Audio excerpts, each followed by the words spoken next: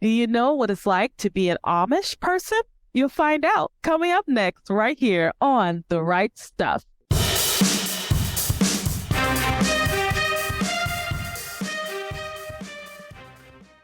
Hi, and welcome to The Right Stuff. I'm the Queen, Parker J. Thank you so much for joining me. Today, we're going to be talking to my guest co-host and contributor today, Anna Schrock. She is a former Amish woman who has come to Christ. Now, you may be listening to that and wondering, wait a minute, aren't all Amish people Christians? Well, we'll be discussing that in just a few moments. As always, I want to thank you for your support. We have been showcasing Christian authors worldwide for the past 9 years, and as God gives us grace, we'll continue to do so.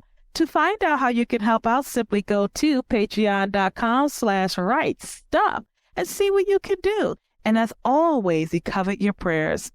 To stay up to date with PJC Media, simply go to pjcmedia.net, click on that pink follow button, and you'll never, ever have to miss a show. Subscribe to our new YouTube channel at PJC Media, where we are uploading old shows, new shows, and exclusive content. Go ahead, subscribe today.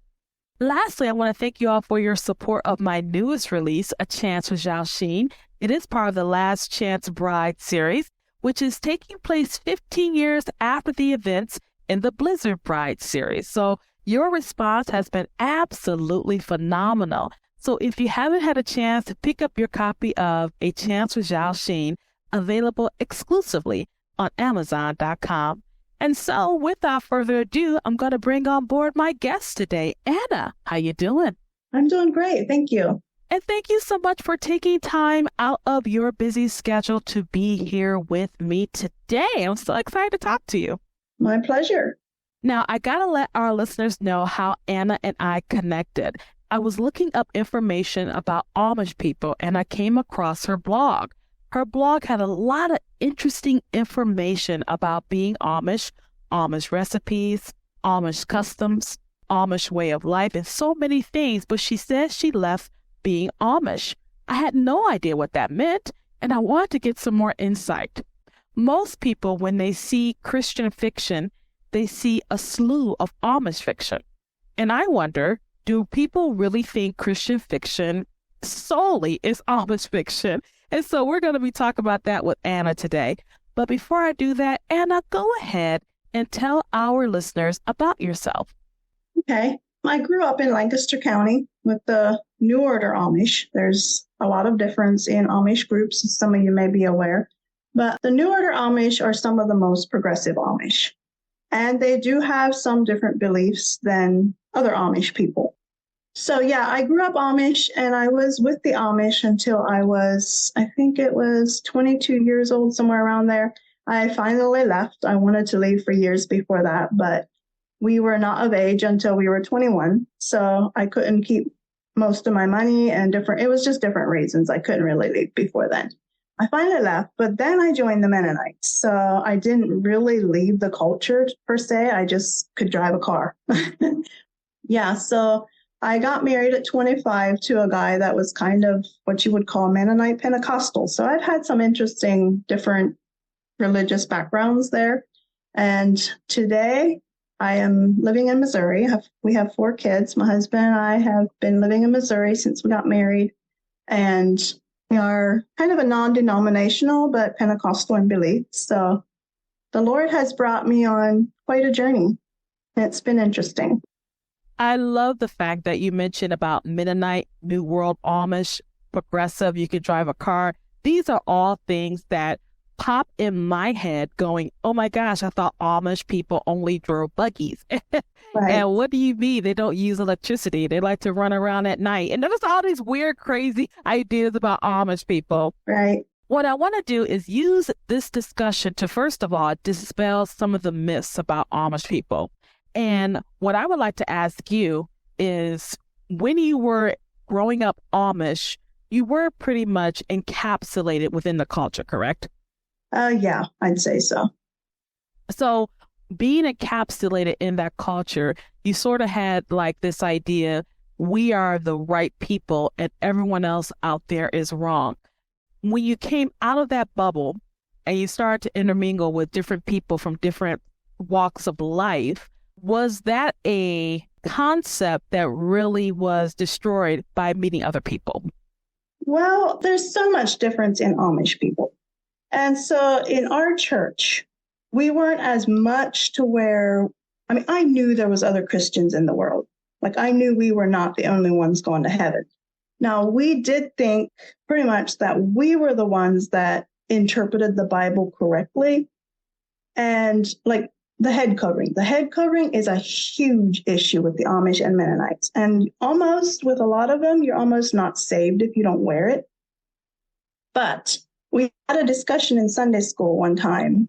So our other Christian, per se, what we would have said, they are Christians. Will they make it to heaven without a head covering? The answer, the conclusion we came to was they weren't taught better. So they're okay not wearing it. But for us that were taught that we needed to wear a head covering, it was a sin if we didn't wear one. So that was kind of the mindset. My dad was a man of faith, and we did, in our church, we evangelized.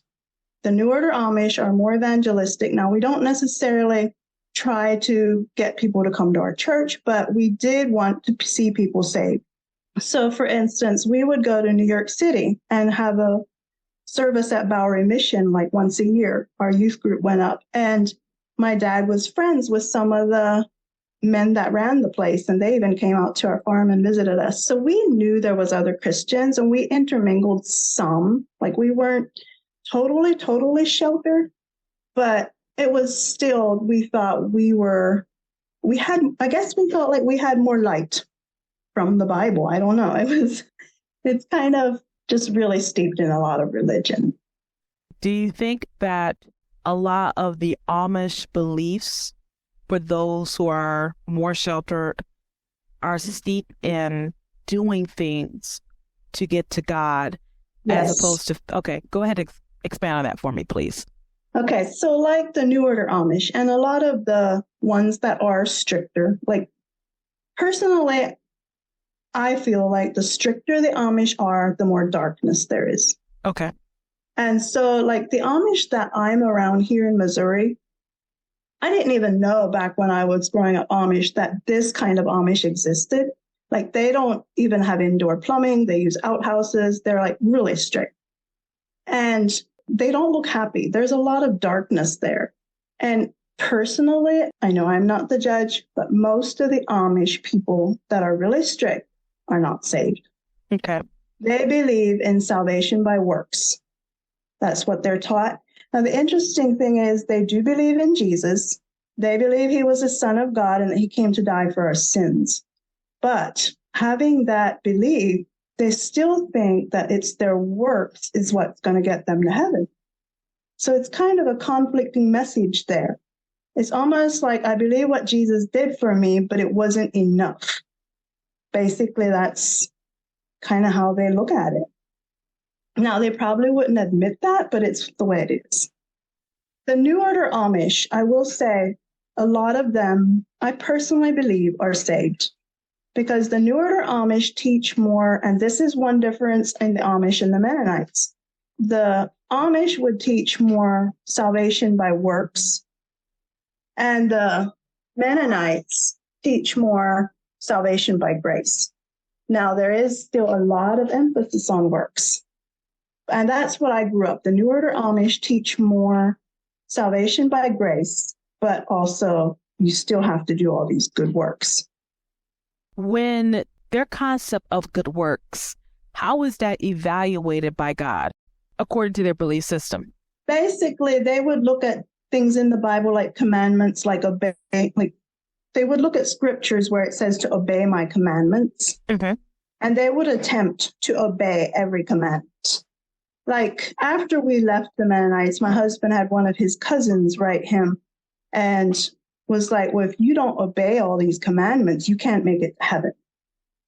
Well, I don't know what you believe, but my belief is not one of us can keep all these commandments. And that's why Jesus kept them for us and why he died for us. but they strive with everything within their being to obey every commandment that they see from the Word of God. Although the interesting thing is, to me, there are some scriptures that they tend to overlook. So there's not a total consistency there either. So when you came out of the Amish community and you went into the Mennonite community, and now you say you're Pentecostal, not denominational, XYZ. Right. Were you aware that within the Christian fiction publishing world that Amish fiction was very popular? I think I had seen some books, but probably didn't realize how much it was. I did, like, the Amish are aware that a lot of people are fascinated with them. Mm-hmm. And so I knew there was some of that out there, but I probably didn't realize how much of it. Have you read them? Honestly, I don't think I read any of them while I was Amish. Now, I have read some books since, like I read several of Beverly Lewis's books here a number of years ago. Okay. I have honestly not read very many of them, but You said, I grew up with it. I don't need the fiction. So, yeah, right. And I used to think that pretty much all of them weren't like anywhere close to reality. Mm-hmm. But I have seen, like, I've been surprised at how much some of the authors, like just finding them online and intermingling on Facebook or whatever, how much some of them seem to really get to know the Amish people. And some of their stuff is pretty accurate. My question to you is this. A lot of people see the Amish way of life as ideal. Mm-hmm. What would you say to that? I'd say it's false. Okay. I think there's a lot of fascination, and the Amish are romanticized, and that probably is a lot because of all the Amish romance books. But the truth is, it's not a romantic life. Mm-hmm. There is a simplicity that fascinates a lot of people and draws people. Like, I see so many people say, how can I join the Amish? I want to join the Amish. And I'm like, why? And I think it's because of the simple lifestyle. Like, we all long for a time when things were a little simpler. And that's fascinating to us. Like, for me, growing up, well, maybe not so much growing up, but when I was older, looking at Laura Ingalls Wilder, reading her books, I was fascinated by that because it was seemed more like a simple lifestyle. We have a rat race today. And I think that's what people are fascinated by. And I will be quick to say there are good things within the Amish community. I do believe I appreciate my heritage. Like, I'm not going to go knocking on Amish people, but they're human. And there is a lot that goes on that people do not know about. I love the community spirit, and that is one thing that I missed leaving the Amish. And that's something I feel like they have, like, going for them. It's a good thing to help each other, just the close-knit community that they have, being there for each other. Yeah, there's a lot of also abuse that goes on within the Amish, like pretty much physical, mental, sexual, it's there. So they're not a perfect people. They're human. And especially, like I said, sometimes it seems the stricter they are, the darker they are. You make a good point, though. You make a good point about Amish being people. There was an expose that was done about the sexual abuse that went on in some of these Amish communities. And it was quite horrific. I had a young lady on the show. Her name is Laura. She used to be Mennonite. And she talked about the abuse that happened in her community. And so a few of the Mennonite fathers came, and what I mean by fathers, the leadership came, and they were like, we understand what you're doing, but we want you to stop.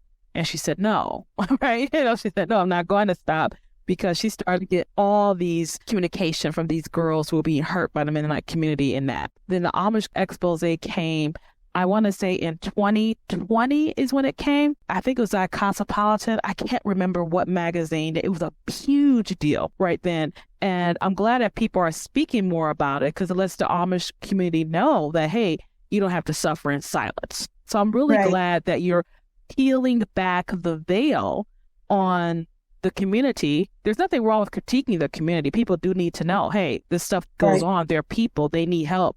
They need outs too. And I think part of what makes it worse in those communities is because it's swept under the carpet. Sometimes even the mothers will tell their girls, no, you can't talk about this. And they're huge on forgiveness. So if let's say the man that was raping a girl says before the church, he confesses it because that's what he has to do if he's found out. He confesses it. So now they say, now you have to forgive him, which forgiveness is important, but does that mean we keep letting him be around her? And does that mean he shouldn't be punished for what he did? It's swept under the rug and there are no consequences. And that's part of why it goes on so much. Yeah, Laura mentioned something similar in the Mennonite community. The guy was doing something to some child and he came before the church and they said, okay, since he's forgiven or whatever. And she's like, what? And so, but she came out of it though. See, she came out of it. And she actually, I have to have her back on the show one day. Her book was called Serving Two Gods because there was a Mennonite God and there was a God of the Bible. They were two different gods. And she talked about that in her book. So I'm really glad you mentioned that because I want people to get a realistic view of this rather romanticized people. And I think that's a good thing. Dear listener, I was talking to Anna before the show and I said, I think Christian fiction isn't always safe fiction. That's why I think they read as Amish fiction thinking that's Christian fiction. And then you hear someone who used to be Amish telling you, hey, there's darkness there. There's secrets and abuse. And then you start to realize, wait a minute, they're people just like us. So maybe that's the shocker. They're people just like us. Now, I have to ask you, have you heard, it was on Dr. Phil, I think, Amish Mafia? Yeah, I've heard of it. I haven't actually watched it. Actually, I wonder if I didn't watch one episode, but I thought it was pretty ridiculous. So okay, is that I don't think that happens a lot. Okay, but I was shocked that there was such a thing as Amish Mafia, and everyone kept thinking I was joking. I said, I'm not joking. They're called the Amish Mafia, and they had they were on Dr. Phil, I think, and they're in their clothes, and they had took a guy, dragged him behind a buggy, and doing all this stuff. I'm like, oh my gosh, this is like the Godfather Amish edition, And I was just really shocked. So, what are your thoughts about that? Just looking from the outside looking in, or from the inside looking out, I should say. Yeah, if what I think of the Amish Mafia thing. Yeah, is it real? Is it just? No, that's not real. Okay. I mean, there is some crazy stuff that goes on in some Amish communities. I will not deny that, but. Yeah, I thought that show was pretty far-fetched of what I remember. It's been a while since I looked at it, but yeah. I just had to ask because I was like, is this real? Did they have families? What was the family? The Yoder family versus some other family? I mean, I don't know. It just started to get kind of ridiculous for me. Yeah, I would say the majority of Amish movies are not very accurate. Okay. There is some, like I said, I was surprised online and how much some authors are pretty accurate. But when it comes to movies, I haven't seen any yet, which obviously I haven't really watched that many either, but that are actually kind of accurate. Now, on a lighter note, on your blog, you showcase this thing that some Amish people do, which is to write family letters. Could you go into that for us? The circle letter? Yes. Yeah, I still am into family circle letters, which I get once or twice a year. But yeah, they're just every person in the family, especially after the family gets married, or they do it with their close friends. Maybe they were in the youth group together and they get married and they spread out. So they don't really get to see each other. So they start a letter where everybody puts a letter into the envelope and takes the old one out. And then they send it to the next person on the list. So when you get the pack, it's maybe you have 10, 20 people in the circle and you read a letter from every person. It's their way to keep in touch with people that they don't get to see a lot. So I thought that was really cool, though, because you get interesting information from everyone. And it's kind of something to anticipate. We know that it's coming. So I like that.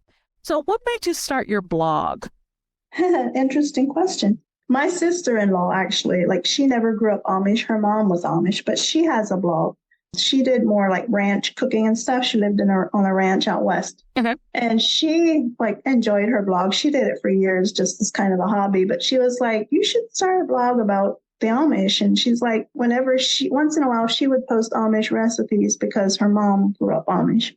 But she said that people seemed to like them. So she was like, you should start a blog. I never considered myself a writer. So I immediately was kind of like, no, I don't think I could do that.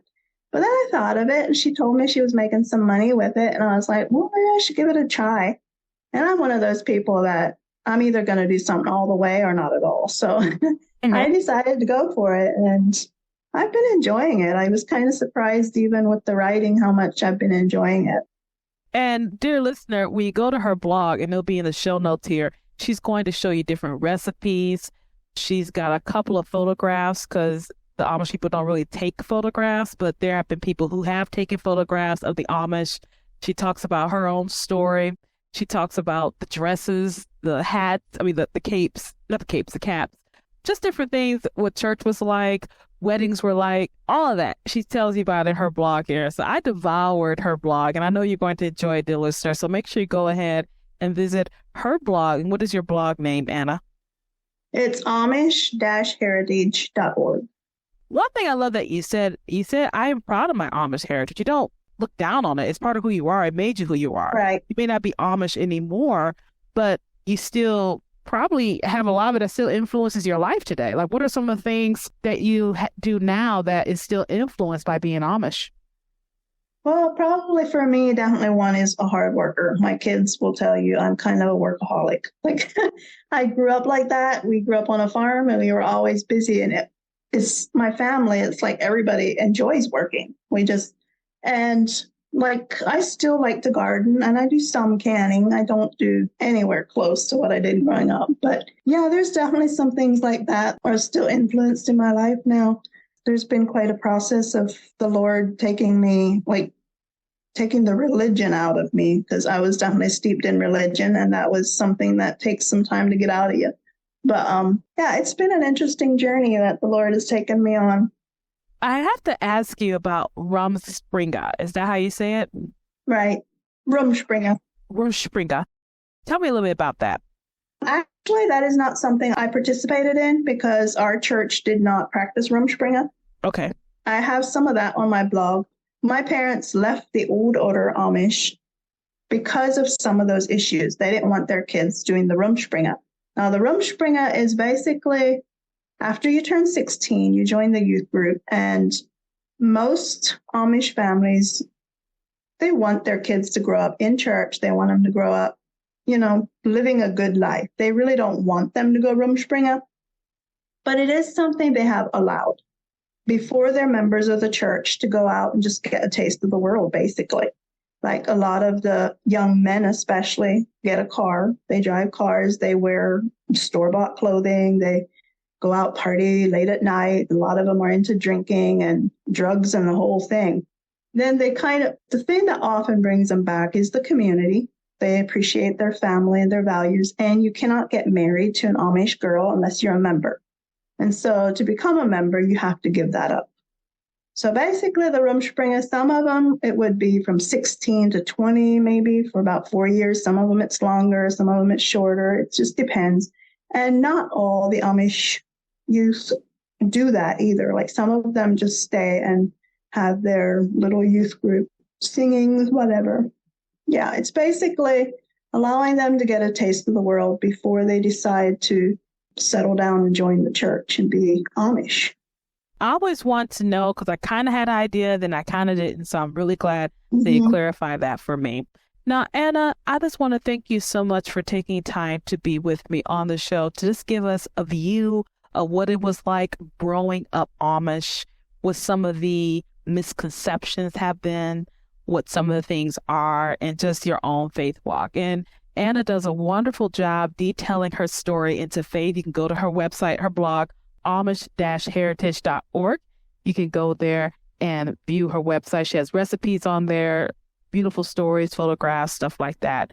So one thing I want to tell you is that you're a blogger, and some authors out there want to simply blog, and they're writers. So this show is always about encouraging authors whom God has given the gift to write to pick up the pen and do so. So go ahead and encourage them out there today. Yeah, like I said, I didn't think I would be able to do that. And I'm not techie either, so I didn't think I'd be able to do the online thing. But I do say I give God the glory for where my blog has gone, because I know some, like my sister-in-law, she has struggled to like get very far with her blog, and it felt like God really helped me to do it, even though I didn't feel like I could. So if you have it in your heart to do something like that, go for it. Anna, thank you for being with us on the show today. Can't wait to have you back and have you back real soon. My pleasure. And we were talking today to Anna Schrock. She is a blogger and former Amish woman telling us about her life as an Amish person. You can get more information by going to her blog, amish.heritage.org. Again, amish-heritage.org. Were you inspired today? Did you learn something you didn't know? Do you have a similar story and you want to share it, but you just don't know how to share it? Why don't you do what Anna's doing? Write a blog. Tell people about where God has taken you from. He's taking you from point A to point B, from darkness to light. What are you waiting for? Go ahead, pick up the pen, and write stuff. Thank you so much for joining me for this edition of The Right Stuff. I'm the Queen, Parker J., and you have a wonderful, absolutely glorious, blessed day.